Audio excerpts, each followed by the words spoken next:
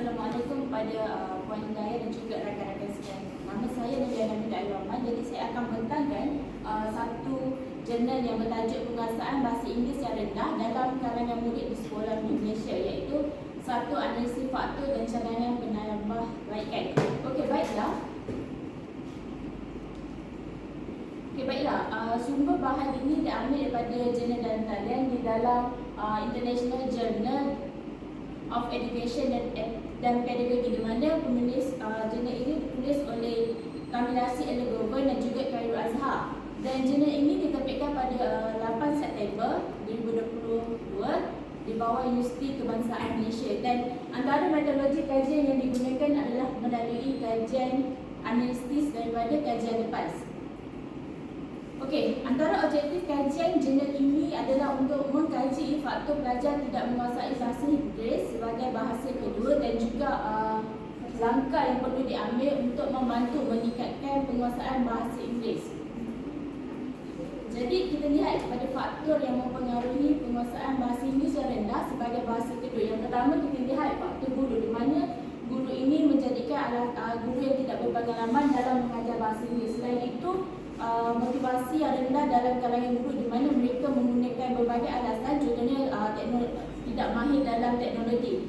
Selain itu, faktor sosial murid, di mana kalau kita lihat faktor sosial murid ini, mereka yang berada dalam status ekonomi yang rendah, contohnya mereka yang tinggal di kawasan luar bandar dan juga di kawasan kampung, sukar untuk mendapatkan akses untuk mendapatkan rujukan dalam bahasa Inggeris ini. Dan juga kalau kita lihat ibu bapa kepada golongan pelajar ini tidak fokus kepada anak-anak kerana mereka lebih tertumpu untuk mencari sumber pendapatan.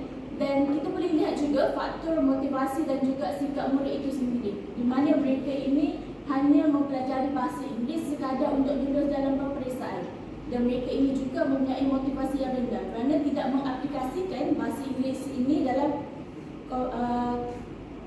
kehidupan mereka. Jadi antara cadangan penambahbaikan adalah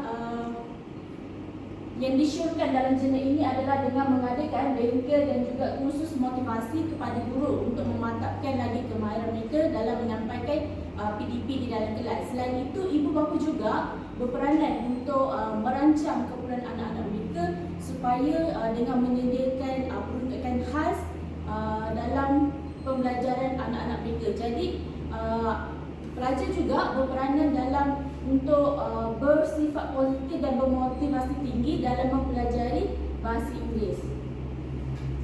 Jadi kesimpulannya, kita boleh lihat bahawa bahasa Inggeris ini memainkan faktor dalam untuk memudahkan kita berkomunikasi di peringkat antarabangsa.